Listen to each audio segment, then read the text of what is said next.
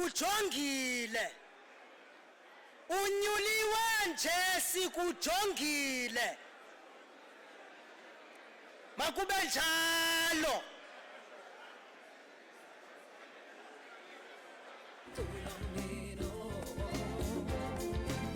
Welcome. You are watching Channel 216, Pumakaba TV, your channel of choice. And my name is Sinazo January. Now, we are at the ICC, the Home of Legends in East London, and we are attending the investment conference where we will be addressed by the Premier of the Eastern Cape, Oscar Lubabalo Mabuyane, and then later on by the Honourable Princess Faku, who is the Executive Mayor.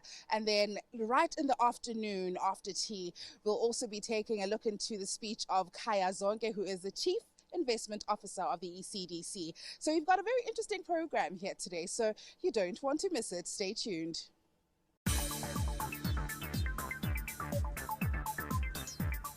And if you are joining me right now, I'm joined by Mr. Kwezi Dia from Gokha.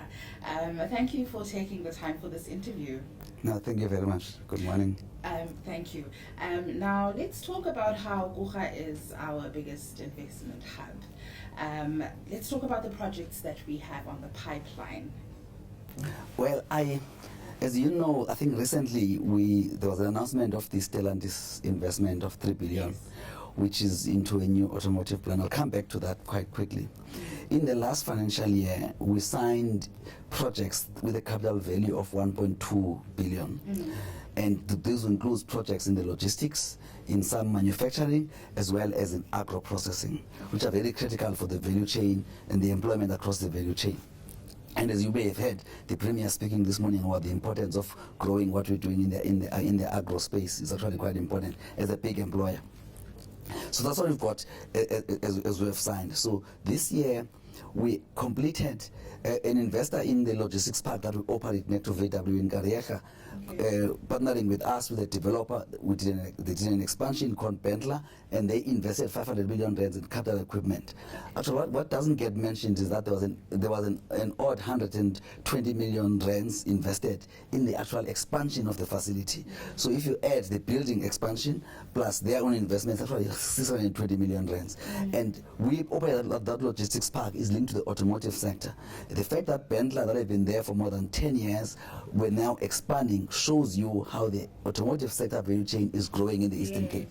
Now, if we then come to the work that is being done in the SEZ as well, there's also the big Hive hydrogen project that is being planned, and all the feasibility work is being done by the Hive hydrogen group. And then Stellantis announced this 3 billion rands investments in a new OEM.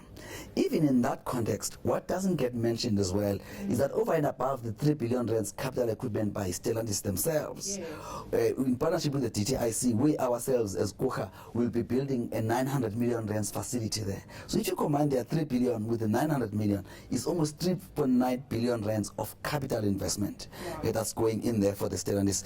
And already we have received enough interest for a supplier park that will be around some of these automotive investments that we are going to see in the Gokha SEZs. So if you start to think about it, you become a hub because you enable, if you like, the symbiotic partnership between different industries, attracting new investments, getting people to export from that base, because we've got the two ports, the port of Gokha and the port of Port Elizabeth. So that is why it's becoming the hub. And also supporting that system is the work that we're doing on skills development, is the work that we do for SMME enablement that makes sure that you actually enable the benefits to accrue to the local populace, so to speak. So that is in a nutshell what part of what we're doing. Which is amazing. Now, Gokha recently hit its milestone on job creation. Tell us about that. Well, I think in the last financial year, we created about 5,800 new jobs, and we maintained the more than 9,800, around 9,800 operational jobs. That's very, very important. Operational jobs are sustainable jobs that are ongoing, that you keep every year with the factories in operation. And then there are some of the 5,800 odd would be the construction type jobs. And that's very, very important. If I use the Stellantis project as an example. So in the construction phase of the Stellantis project, we expect the incomes that go to the Eastern Cape population to increase by another 577 million, and the GDP contribution to be above 670 million rands. Now, when it's now operating, the incomes that go to the population go to around 800 and something million, and then 813 million somewhere there, and the GDP contribution close to 900 million rands, because you're starting to get to higher value added jobs. So the way we look at it, you translate the investment into processes that lead to different forms of benefit, whether in the short term or on a sustainable basis. Now let's talk about how you expect to benefit from the African Continental Trade Free Area. There are two ways in the main. If you know, more than the work that we do in the Kuka Special Economic Zone, Kuka itself as an institution has developed a capability to develop and manage projects of scale, particularly in logistics, dry ports and things like that. So one of the things we're doing, we're partnering with similar developments across the continent to help them to develop these type of zones. We've got a project we're doing in Cameroon at the moment for a dry port, a logistics hub. We are potentially partnering for an industrial zone around the oil fields next to a proposed oil refinery in Uganda. That is the one aspect that we're looking at, effectively exporting our knowledge and deepening the integration of the African economies. The second aspect, because of where we are located as Kuka SEZ and our linkage to those global supply chains, we provide ourselves as a platform through which manufacturers can then export to the other markets and co-develop other projects as well. So those in the two ways we would benefit from after. Now, tell us about the 4 new investments that you had from the first quarter of the financial year. Yes, I think so. As I said, those investments mainly in the manufacturing space, and one or two in the logistics space as well as in packaging. So those investments would help us to absorb, if you like, some of the industrial knowledge that exists in the area. I think one is in truck and trailer type manufacturing. So the diversity that we are starting to see and is actually very, very important, because it shows that we are making an impact in the incipient regrowth of South African industrialization from an Eastern Cape perspective. Now, before I do let you go, what are your expectations from this conference? Because we've managed to get so many investments in the past year. So what are you expecting out of this conference this year?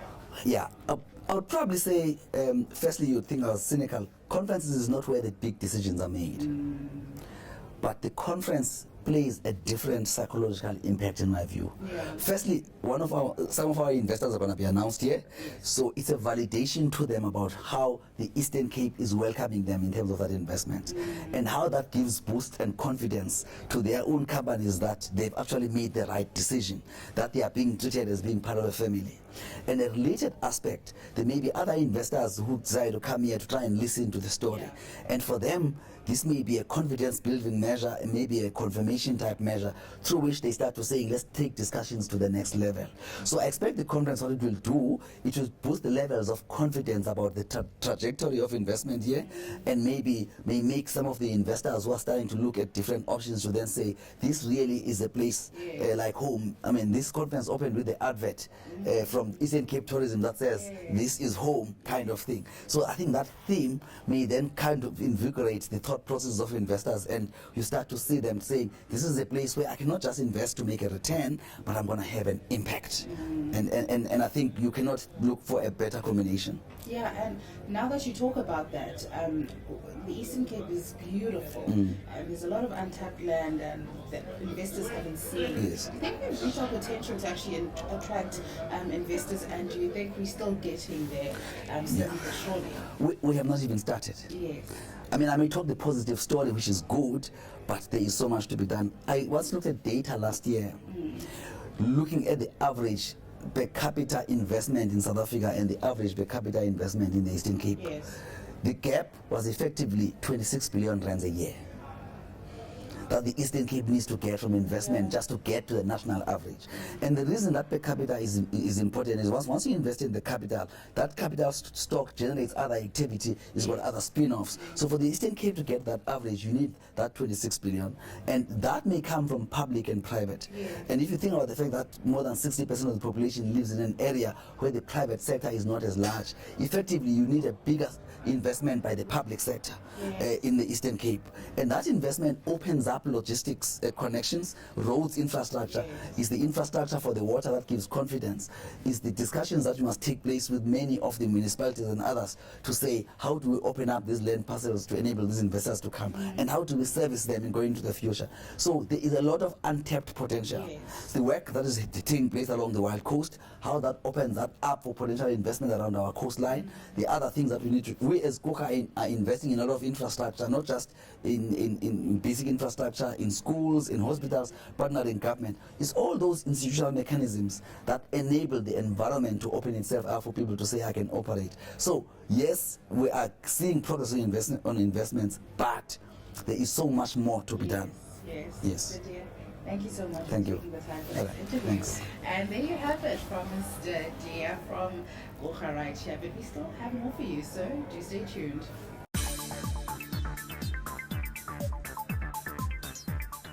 And if you are joining me right now, I'm joined by the CEO of the IDZ, sorry, I stand corrected, in East London, Mr. Nkondlo. Thank you for taking the time for this interview. Thank you.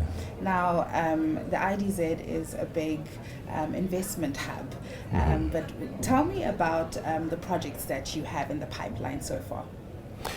Well, the East London IDZ has been running as one of the leading special economic zones in South Africa. We currently have 41 investors on the ground that has been fully operational. And as part of the investment conference today, we are announcing at least 2 of some of the ones that have been in the pipeline for a while. And 2 of them are in the renewable energy space, which is quite an important sector for our country at this stage. Now tell me how the IDZ plans on creating more jobs, specifically in this part of the province. Okay. The IDZ has already had a track record of creating jobs in this province. I think from our last annual report, we reported more than 5,200 jobs that are created by investors on our platform, and that's direct jobs, and they are high-end jobs because they have got a huge multiplier of at least 4 jobs for each job that we've got on our platform. Okay. So that means that we are playing a catalytic role in actually lifting up the economy of this region through the jobs that we've created on our platform. And with the new investments that we are also announcing as part of the announcements today, we are looking at creating yet another significant amount of jobs, close to 500 jobs that will be created. Now let's speak about which industries do you think should be put first in terms of, you know, trying to develop in East London in terms of investments? All right. I think we're very conscious as the East London IDZ that we needed to look at the sectors that are already plugged into global value chains. So the automotive sector was the obvious choice for us, with Mercedes-Benz being here for more than 65 years. So we were then, we have been mobilizing ourselves to support the localization program of Mercedes-Benz and the deepening of the value chain of the automotive sector so that we can increase the local content and thus creating more jobs and moving into other sectors that are supporting the automotive sector in this region. So we're still embarking on that. But we're also looking at new emerging sectors, and I think renewable energy is the most significant of those in our region and in South Africa generally, given some of the issues around the energy security. So we have made serious inroads in terms of the investors that we have activated in that space, and thus amongst the investors that we're announcing today. Now, speaking about the automotive industry, we have the electrical car that's landed in South Africa. What do you think, you know, the response of the South Africans have been towards the automotive sector ever since this electric car has landed.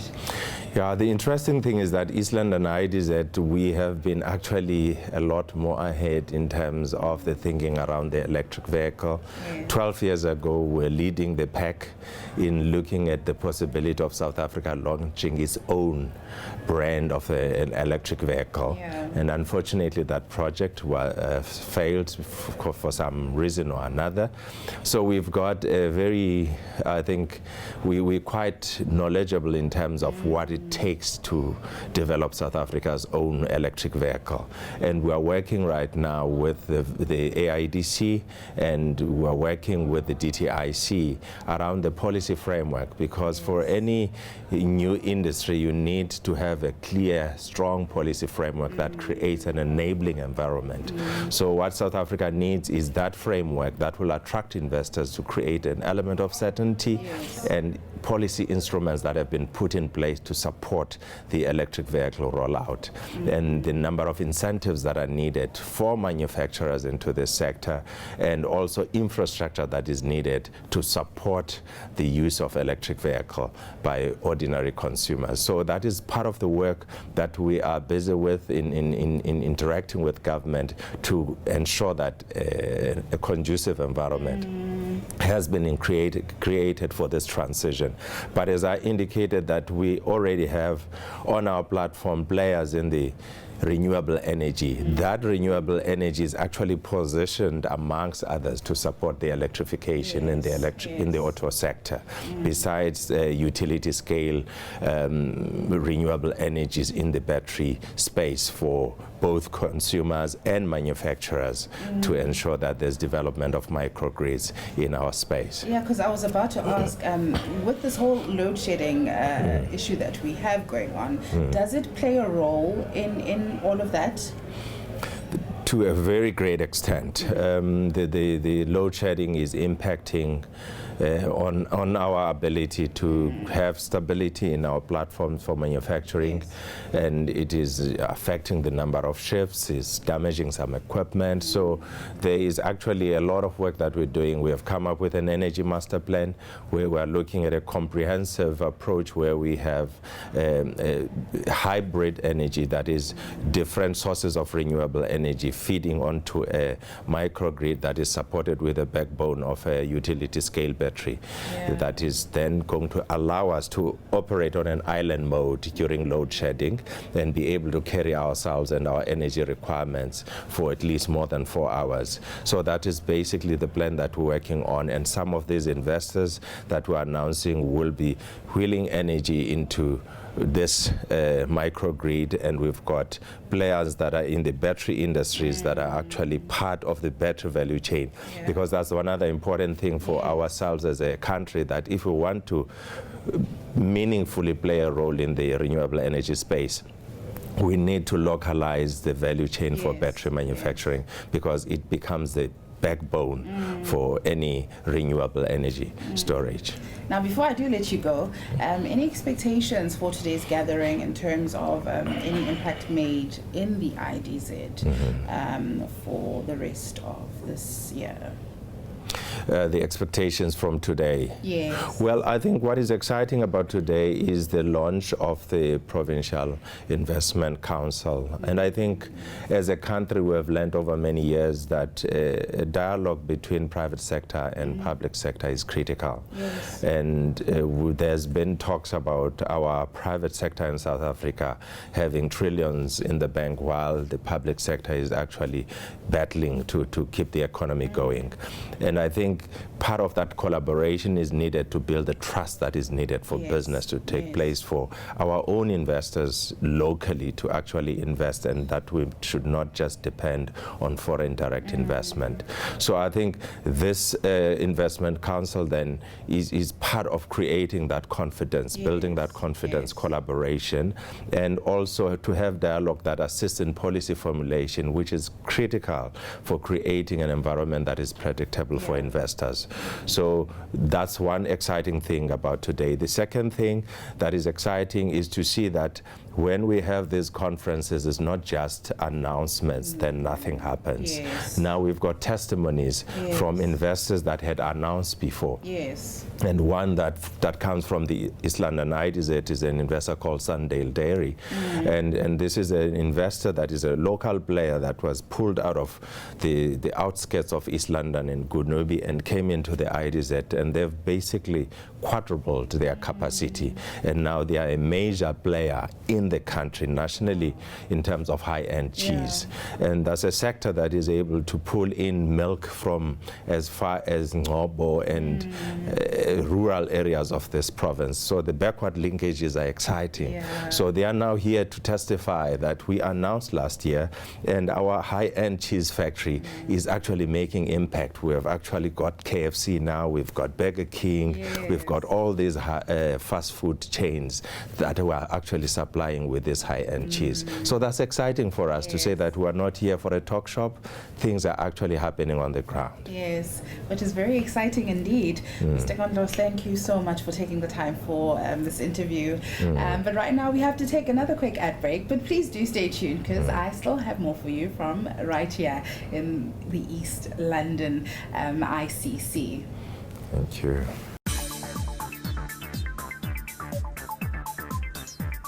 If you are joining me right now, I'm joined by Mr. Dom, and he is from NAMSA. Thank you for joining me.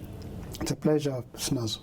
Now, firstly, let's talk about the 8.6 year-on-year increase. Have you been able to increase the number of jobs in our country? The jobs haven't increased by a lot. I think some of the manufacturers have become more productive. But what you must bear in mind, when we went through COVID and our volumes decreased by 25%, we didn't retrench any people. So we kept the people. None of the 7 OEMs retrenched people. So as the volumes pick up, we become more productive. And as we get closer to the pre-2019 numbers, we will be able to keep the labor force we've had. Now let's speak about the boost that that Stellantis will bring to the country. What are we expecting of that in our province? So if you think of it, South Africa has 7 OEMs, and if we zoom in the Eastern Cape, we've got 4. So here in East London, you've got Mercedes-Benz. In Gqeberha, you've got ourselves, Isuzu, we've got Volkswagen, and then as well as Ford that manufactures the engine. Now with Stellantis coming in, we're having an 8th OEM, and now an extra one in the province. What it means is you will need more suppliers, or even the suppliers we have, we might share suppliers, and that might lead to jobs creation. I think it's a vote of confidence in the province, the fact that they could have taken a decision to open the factory elsewhere, but they decided to open it in the province, which is also closer to the harbour, so which is good for exports as well. Now let's talk about the electrical vehicle impact in South Africa as a whole. Firstly, how have people been receiving it because it's so popular overseas, but in South Africa, how have people been receiving it? And also let's speak about the load shedding issue affecting this vehicle. So it's still very early. I think it's very, very limited numbers, and also the price as well. It's quite expensive. I think one of the manufacturers is manufacturing a hybrid, which has been doing very well. One thing we've got to keep in mind with the electrical vehicles is you cannot run an electrical vehicle and you're charging it from coal. So that's an issue in itself. And also, I mean, load shedding has been a reality. But I think the important thing is to let people decide their future. Are you going to go electrical? There's going to be cleaner forms of diesel, because for passenger, electrical cars are a good solution. But if you think of the commercial vehicles need long distance. Do we have range for those vehicles? Do we have charging points? And I think consumers are gonna decide, but the infrastructure is going to play a key role for those early adopters. Now the automotive industry has been growing unimaginably. But how's the future looking like, with all these investments coming in and, so much is happening. But how is the future looking like in our country? So if you look at South Africa, the role South Africa has played in the continent, for each 100 vehicles produced in the African continent, 53 are produced in this country, and about 23 are produced in this province. And I think the biggest opportunity for us as South Africans is what I call the intra-African trade. If you look at the European Union, there's about 80% intra-European trade. In Africa, that number is sitting at 15%. The second part is in Africa, Africa is used as a dumping ground. Now, if each country puts legislation in place and we start creating the automotive industry for the continent, and South Africa can, the big opportunity is for South Africa to play a leading role, because if you look at South Africa, we've been able to sophisticate the manufacturing of vehicles. If we start working with the rest of the continent, this will help South Africa in growing. I'll give you an example. I build vehicles to a certain level and I export them to Kenya, and then Kenya finishes them. There's another opportunity in Ghana, and if we start using those opportunities, we will grow the South African automotive industry as well as grow Africa. Because currently what happens, we're not trading with each other. Our currencies don't circulate the continent. We buy from other countries outside of the continent, and that's where the big opportunity lies for me.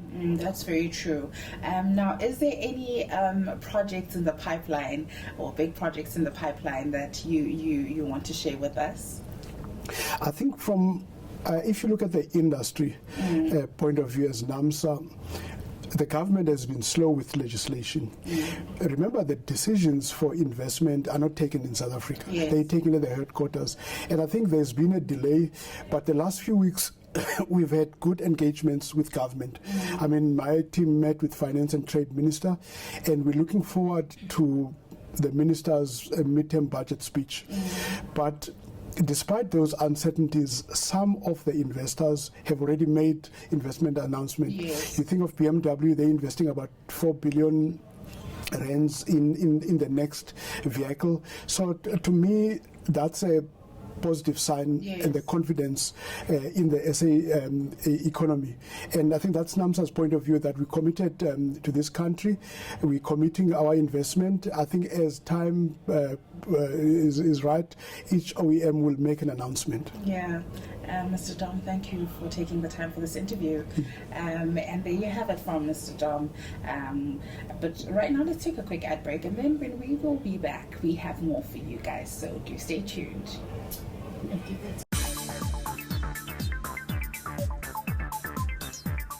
And if you are joining me right now, I'm joined by the CEO of the ECDC, and he goes by the name of Mr. Ayanda Wakaba. Thank you for taking the time for this interview. Thank you, Sis Nazo. Namdia Vubalap.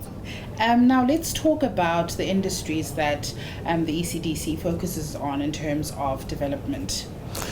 Well, we focus on industries that are aligned with the provincial priority sectors. Those would be manufacturing, tourism, agro-processing, automotive, but we do more than that. We do not, how should I put it, we also do in other industries that may not necessarily be part of priorities, but those would be the key industries that the province has identified for development. Now, tell me about the projects that are currently underway, just to suppress the whole challenge that we are facing in terms of unemployment. You have an ECDC and a government in totality that is working on a number of initiatives. So if I talk maybe on what the ECDC is doing, a number of our initiatives would be in the area of economic development, trade and investment promotion, as well as business support. In business support, we would provide access to finance for business enterprises. These would be through either loans or financial incentives. In trade and investment promotion, as you observed today, it would be the work that we do to attract investments into the province, as well as trade between the province and the world. In the economic development space, it would be work that is facilitating catalytic projects, mostly of infrastructure nature, that assist to grow the economy. Projects such as the N2, Wild Coast, the Umzivubu Dam, all of those projects contribute in building the economy. Now let's touch more on the tourism sector, because it is an investment attraction. So do you think that we're doing enough to use that sector to bring in investments in the province? Well, we're doing a lot. I wouldn't say enough. We're certainly doing a lot. Yes. There's certainly more that can be done. I think Eastern Cape is renowned for its endowment. We are a province that many refer to as best to invest, live, work and play. Yes. We've got potential in many areas. 800 coastline. We've got the wild, should I say, nature. We've got mountains. I would say we've got a whole package that many few other provinces have. So yes, there's a lot being done. As the province, we have a focused provincial tourism agency, the Eastern Cape Parks and Tourism Agency, and there's a lot being done by that agency. But certainly, we would want to see more investment in infrastructure that supports the tourism industry. Yes. Now, speaking of which part in the Eastern Cape do you think is more of a tourist attraction that is most likely to bring in the money that we need? Well, certainly the Wild Coast. The Wild Coast is a competitive advantage. Very few either provinces or places in the world in general have what we offer through the Wild Coast. So the Wild Coast, with the necessary infrastructure built, such as roads, with good facilities established in many of the hotspots, I certainly think that the Wild Coast is a differentiator. Now, let's make this quite clear. How does the ECDC, or how is the ECDC used to actually market the province in terms of getting in those investments into the province?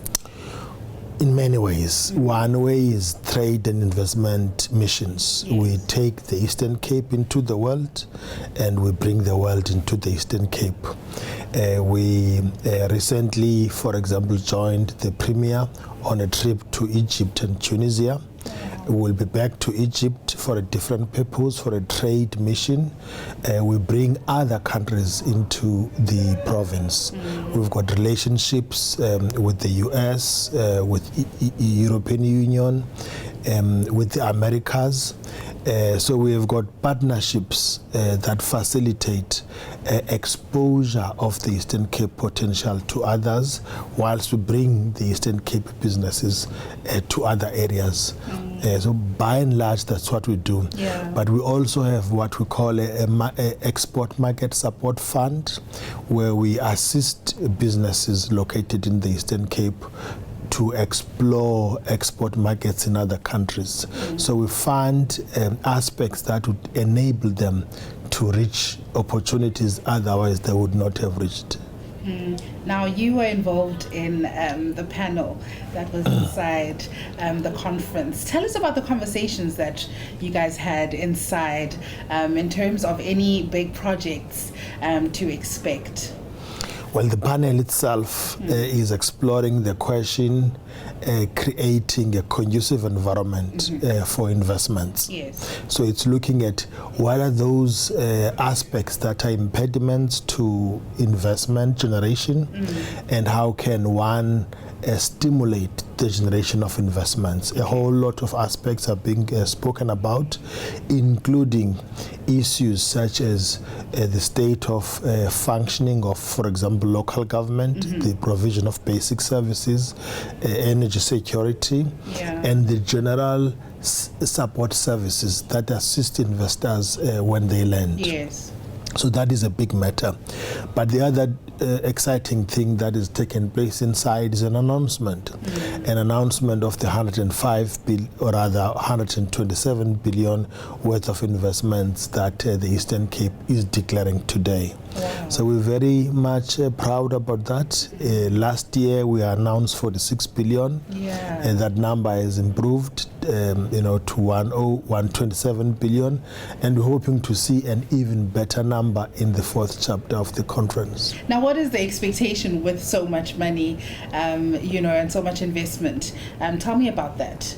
Well, the expectation is a shovel on the ground, is to see the Eastern Cape basically becoming a construction site where the investment is about erecting infrastructure in the built environment, where the investments are about acquisition of plant and equipment. We want to see those happening such that we are able to expand production capabilities, create more jobs, create opportunities for SMMEs, improve trade, and thus improve the growth in the province. Now, before I do let you go, any big projects on the pipeline that we should know about? Certainly we announced today an investment by Stellantis, an automotive manufacturer, a 3 billion rand investment.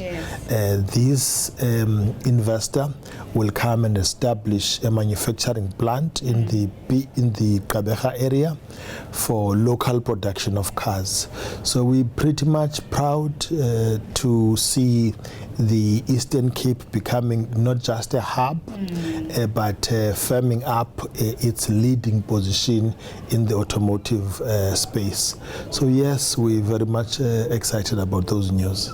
Mr. Wakaba, thank you so much for taking the time for this interview. Thank you very much, sis. And that is all that we have for you for now, but do stay tuned.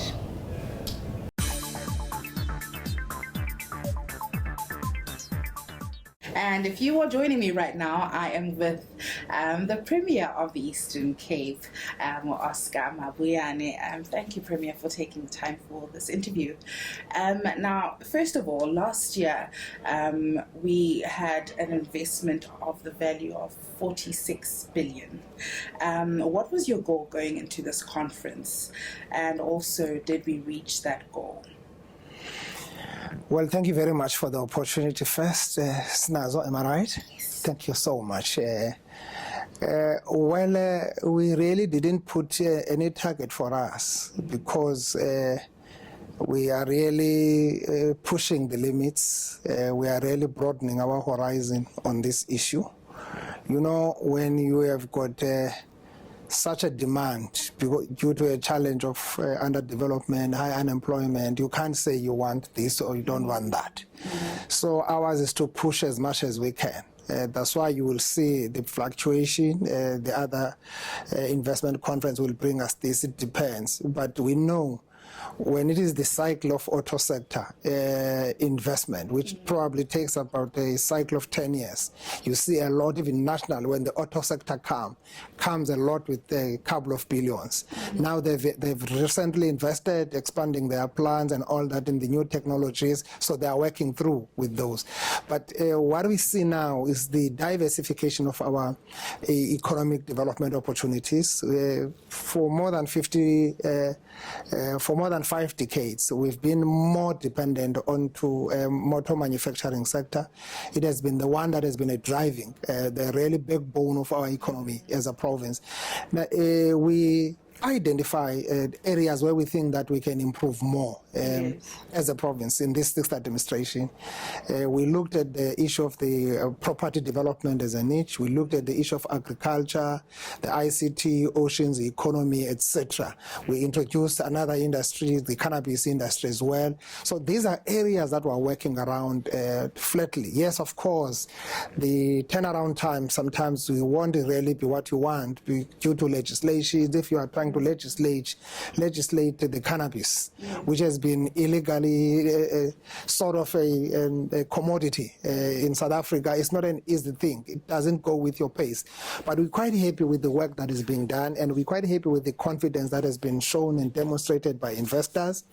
We had an interesting discussion with a number of potential investors. There were a couple of others from Russia here, from Europe and others, also working generally with the NGOs. It's quite heartwarming. The kind of confidence that has been shown into the leadership of government, more excitement with the outcomes of audit, the PFM audit that we have just recently seen. And a few years ago, 2019, when we came into in this term, there were only about 5 government, including entities. I think about 2 or 3 government departments and 2 entities on clean audit. Today we talk about 15, which is that on its own it's a milestone. So we are really pushing hard to really make sure that we're building a developmental, capable and ethical state that is fully accountable and responsible. So I think the private sector sees that, and also we know that where there is a political stability, there is a policy certainty.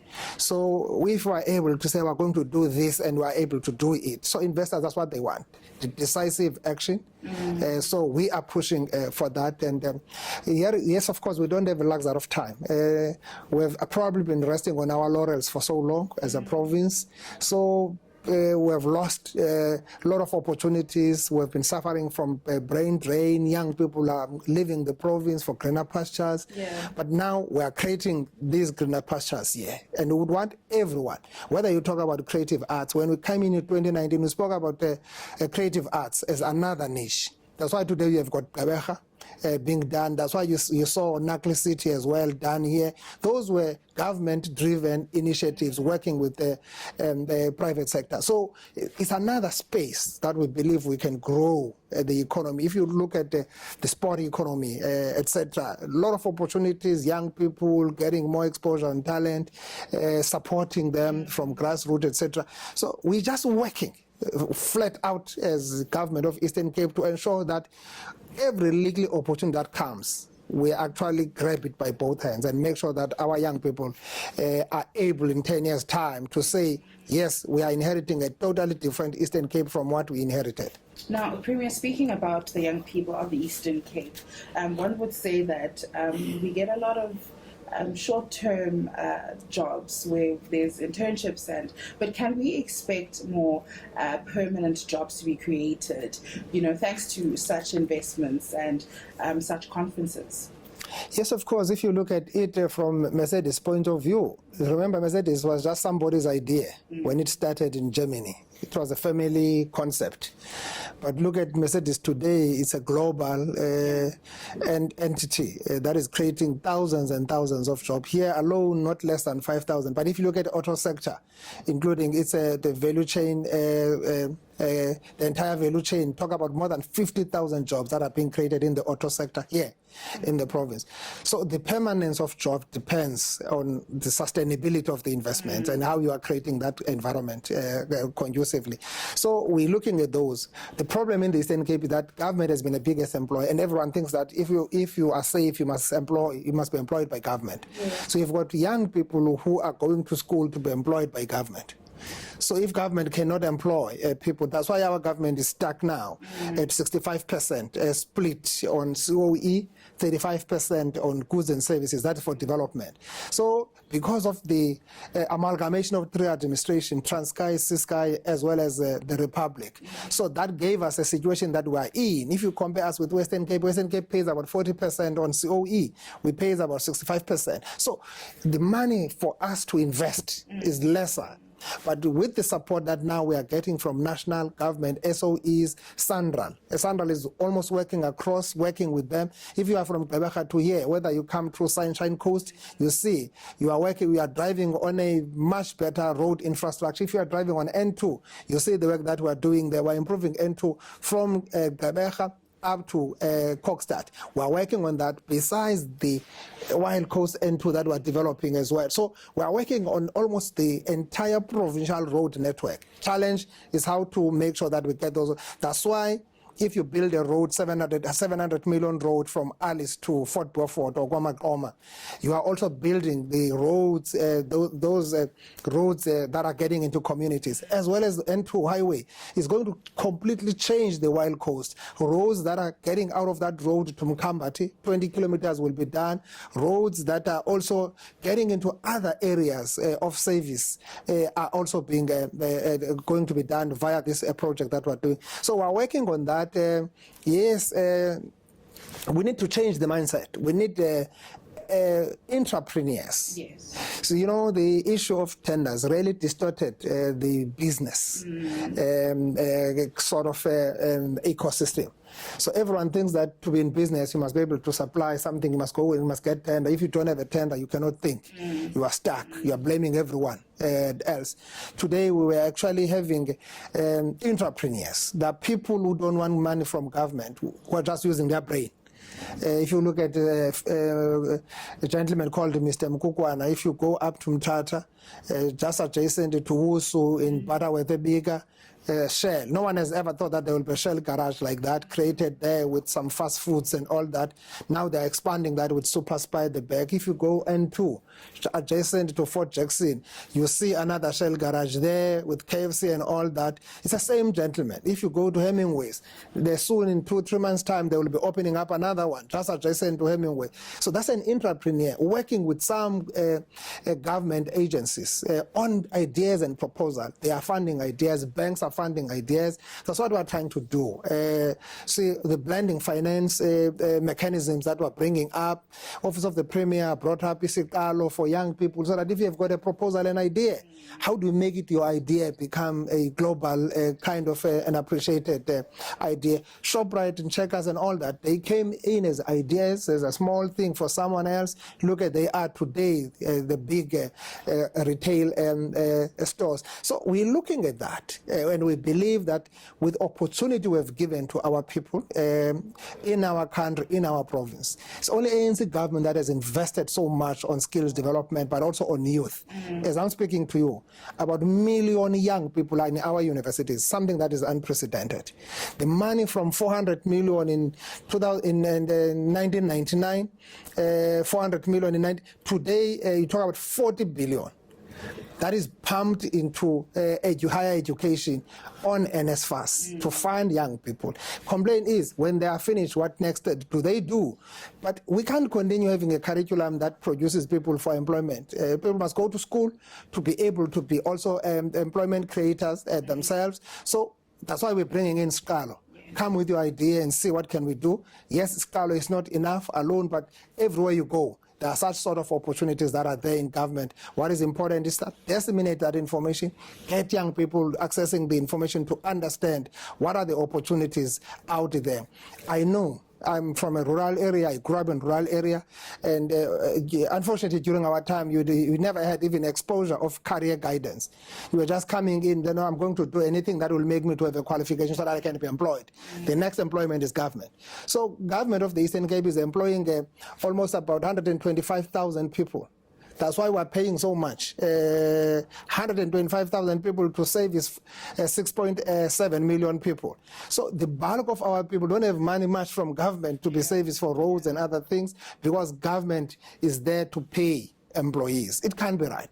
Government is the other way around. So you don't have a career in government. You can have an employment in government, but you can't say you have a career of being a civil servant. The name itself tells civil servant. You are there to serve. If you want a career, you must be a journalist, you must be a doctor, you must be a lawyer, then you do other things. But if you go to government, you must be prepared to work for all these other people out there who are looking for government to serve them. That's why government cannot spend much on COE. Should be spending less and spend more in developing our people. Now, Premier, before I do let you go, based on the conversation that you had inside, which sectors do you think you want to focus more on, just in terms of boosting it? Agriculture. Eastern Cape should be far on agriculture. Eastern Cape should be far, whether you talk about wool industry, whether it's sheep or goat, whether you talk about meat. The highest number of livestock in South Africa is in the Eastern Cape. Whether it's sheep or goat, pig, chicken, whatever you call it, it is here. But we are number 5 in producing red meat, which is a joke. That tells you the element of agro-processing that has been missing in the value chain. So that's why we're focusing on agri-parks, revive Dimbaza into an agri-park, revive Bulembu Airport into your international cargo hub. Countries like UAE, they are importing 90% of what they consume because they are desert. The entire belt of Arab is desert. They are importing food. Yeah. So Egypt, I was in Egypt about a week ago. It's got only 3% arable land. We've got 60% here, arable land, only 3%. But out of that, they are able to create almost 11% into their GDP. They are able to create 25% of jobs into their entire economy out of 3% arable land because of the technology they put in. So what we all know, factors of production, it's land. It's a human resource, it's capital, it's technology. So we do have land here. More arable land is here in the province. We do have human capital. Yes, government can pump in, can give people tractors and implements here and there. We do have technology because the industrial revolution is here and it is inevitable. All of us, we must actually acclimatize. So these are things that we've got to adapt to for us to move. So agriculture. It's huge for us as a province. We should really be a food basket if you look at it. Look at the oceans economy. We are a province with the 800-kilometer coastline. You look at what's going on here in this Indian Ocean, which we are really not tapping into. So a lot is coming out. We've done a master plan, Oceans Economy Master Plan. It's an empirical document done by National Mandela University. So we're working on it to see how best are you done unpacking it, make it now an actionable thing, get more companies to come in and invest. So we're looking at those. It's key. Cannabis is one of the key. Countries like Canada and others are very strong driving cannabis, but they are not planting it. You see, they are getting this from other countries and they process it, cannabis oil and all other things that we are using for medicinal use. These are things that we can do here, not elsewhere. We just need a change of mindset and attitude. We become all optimistic. We work together. We appreciate each other. We move forward. And you report nicely. Premier, thank you so much for taking the time for this interview. And there we have it. That is a wrap up right here at the ICC in East London with myself, Sinazo January. But unfortunately, that is all that we have for you for tonight. So please do join me next week, same time, same place, right here with myself. Till next time. Thank you. Thank you, sis.